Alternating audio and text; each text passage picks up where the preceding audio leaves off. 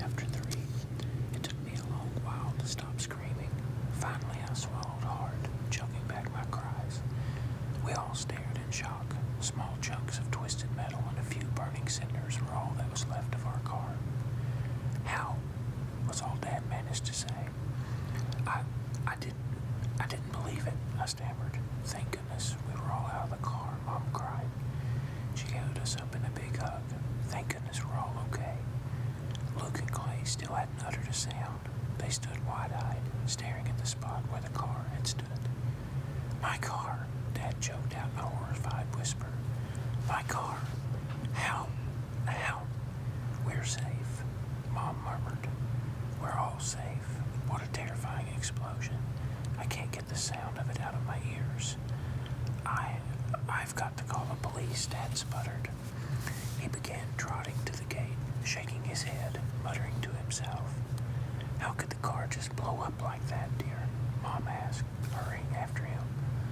What would make it do that? How should I know? Dad snapped angrily. I don't get it. I really don't. And now, what are we going to do? He sounded really panicked.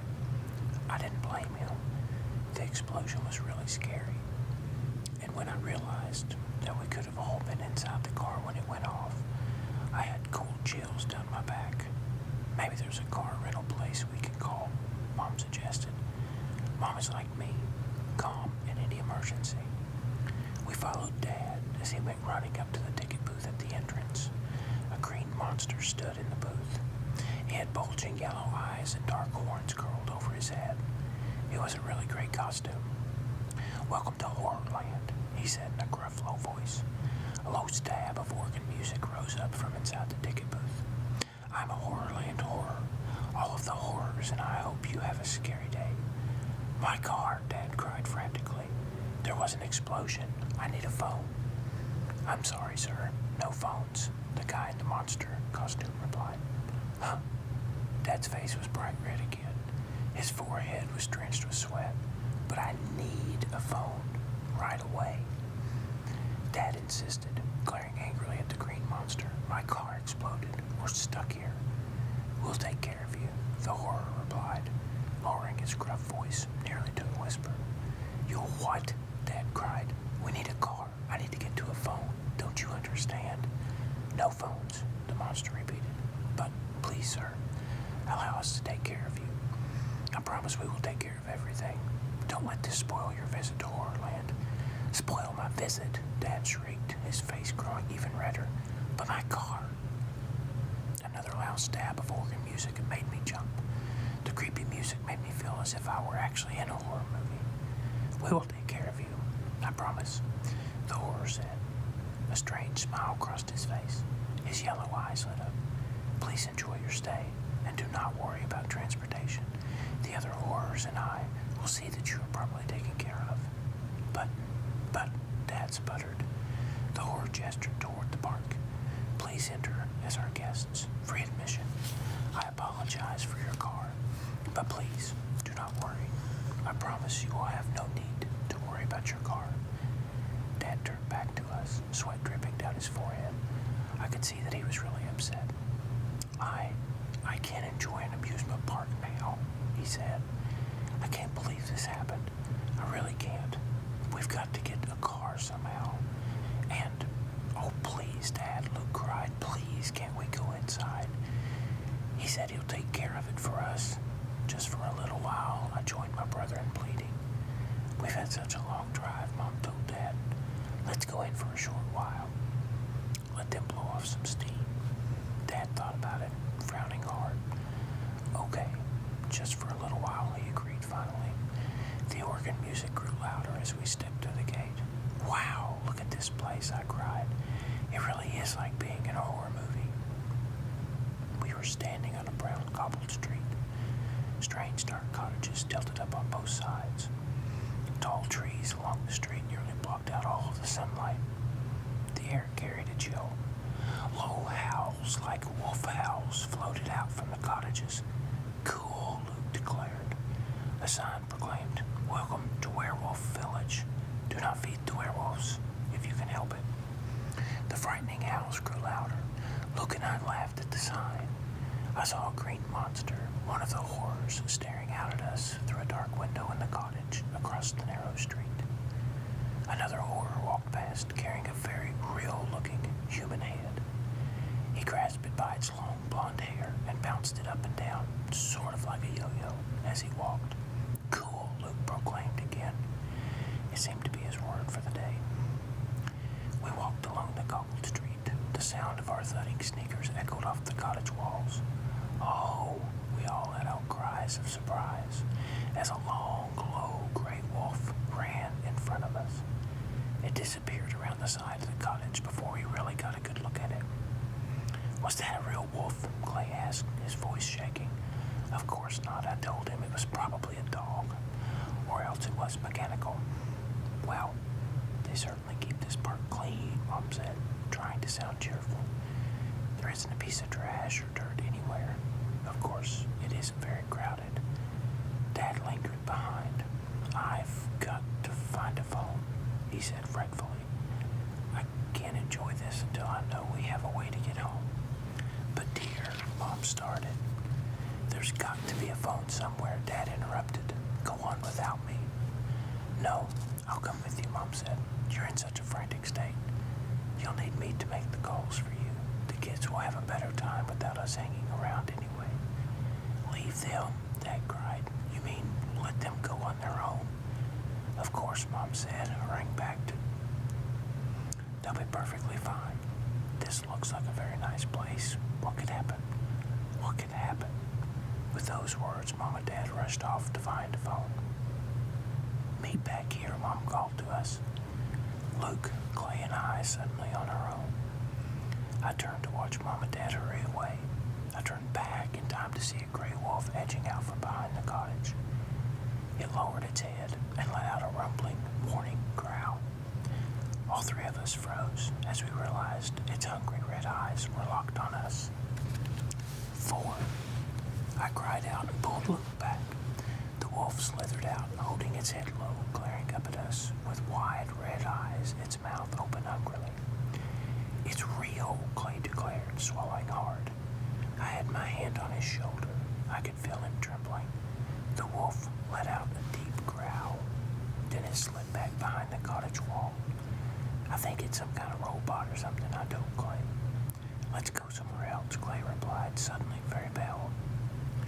"What does that sign up there say?" Luke asked. He went running over the dark cobblestones to the sign, and Clay and I followed. The sign read, "No pinching." Luke laughed. "That's stupid." "What a dumb sign," Clay agreed. "That sign was meant just for you, Luke," I exclaimed. I gave him a hard pinch on the arm. "Hey, can't you read?" he shouted angrily, pointing to the sign. I saw a green horror watching us from down the street. Then I saw a family making its way behind the row of cottages. There was a mother, a father, and a little girl. The little girl was crying for some reason. The parents had their hands on her shoulders and looked very upset. A wolf owl cut through the air. "Let's find some rides," Clay suggested. "Some scary rides," Luke added. Walking side by side, keeping close together, we made our way out of the werewolf village. The street widened into a round plaza. Bright sunlight returned as soon as we stepped out of the village. Several purple and green buildings surrounding the plaza. I saw a few more families and several green costume horrors keeping an eye on everything. A budgie horror behind a purple and green cart was selling ice cream cones. Black ice cream. "Yuck," Luke declared, making a face. We hurried past the cart, past another no pinching sign, and stopped in front of what appeared to be a tall purple mountain. "It's a ride," I told him. A doorway was cut into the side of the mountain, and above the doorway was a sign, "Doom Slide. Will be the one to slide forever." "Cool," Luke cried, slapping Clay a high five. "I bet you can climb to the top and slide all the way down," I said, pointing to the top of the mountain-shaped building. "Let's go," Luke cried excitedly. We ran to the building, then through the open doorway in its side. It was dark and cold inside. A a wide ramp curved up toward the top. I could hear kids squealing and laughing, but I couldn't see them. The tree was half walked, half ran up the ramp, eager to get to the top. About halfway up, we stopped to read another sign. Warning, you may be the one to slide to your doom. Now I could hear kids screaming as they slid down. But it was too dark to see anything. Are you scared, Clay? I asked, noticing his tight expression. No way, he insisted, embarrassed by my question. I've seen these things before. They're like really huge sliding boards. You just sit on them and slide down. Hurry, Luke shouted, running ahead of us. Hey, wait up, I called.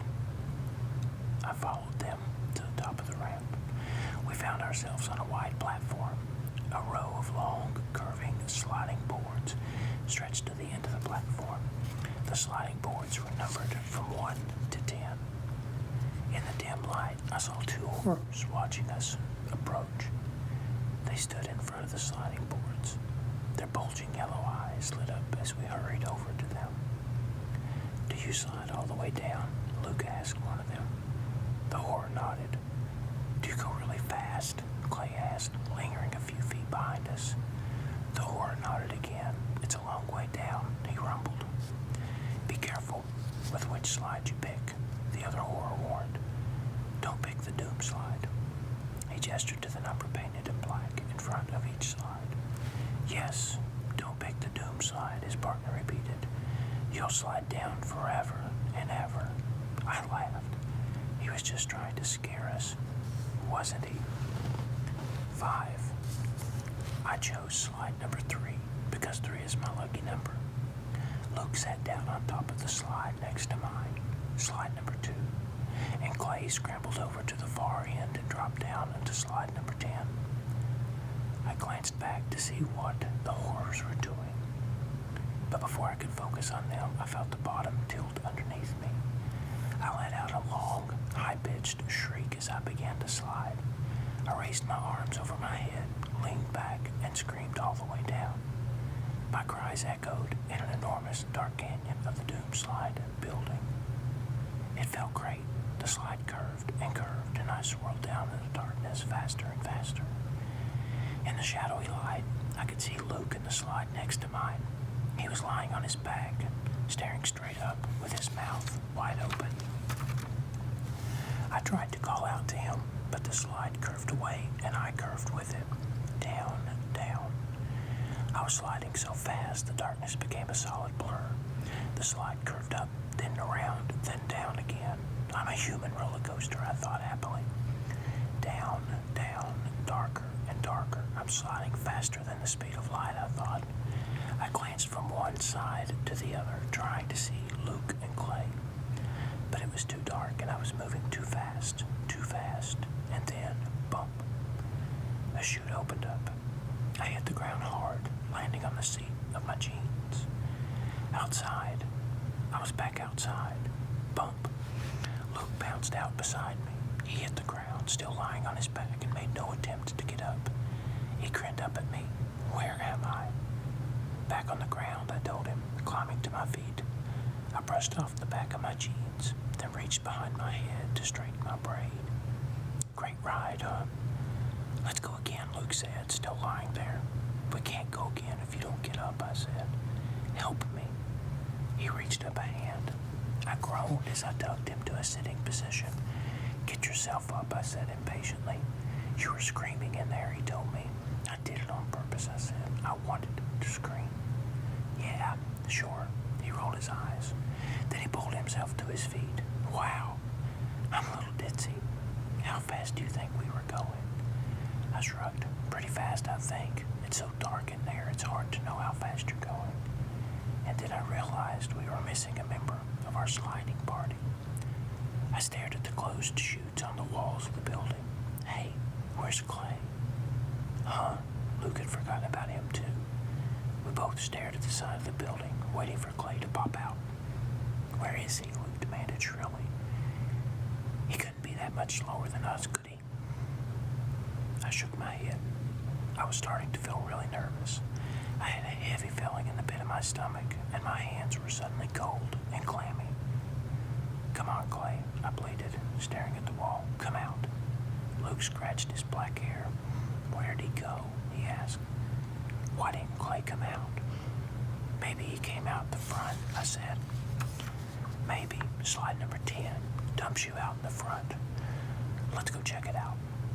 As we ran around the building toward the front, I scolded myself for getting scared so easily. Of course, Clay came out in a different chute. He was probably waiting for us in the front of the building. He was probably worried about us. As we rounded the purple building, the wide circular plaza came into view. I searched for Mom and Dad, but they weren't there. I saw a couple of other families on the other side of the circle, and the pudgy green horror leaning on his ice cream cart. No sign of Clay. Luke and I kept running up to the front entrance of the doom slide. We stopped a few feet from the dark opening. He isn't here, Luke cried, struggling to catch his breath. I was breathing hard too, and the heavy breathing of dread in my stomach grew even heavier. No, Clay, I muttered. What are we going to do? Luke asked. His blue eyes were wide with fear. I saw a green horror woman standing just inside the entrance. Hey, I called as I ran over to her. Did you see a kid come out of there? I asked breathlessly. The yellow eyes on the horror's mask bulged and appeared to light up. No, this is the entrance. No one comes out here, she replied. He's blonde and sort of chubby. He wears glasses, I told her. He's wearing a blue t-shirt and denim shorts. The horror shook her head. No one comes out this way. Did you check the back? Everyone comes out the back. He didn't, Luke said shrilly. We were there. He didn't come out. My brother's voice was high and squeaky. He was breathing so hard his chest was heaving up and down. He was in a panic. I was frightened too, but I knew I had to stay calm for Luke's sake. He didn't come out the back, I told the horror. He didn't come out the front. So what happened to him? The horror was silent for a long time. Then she said in a low voice just above a whisper, maybe your friend chose the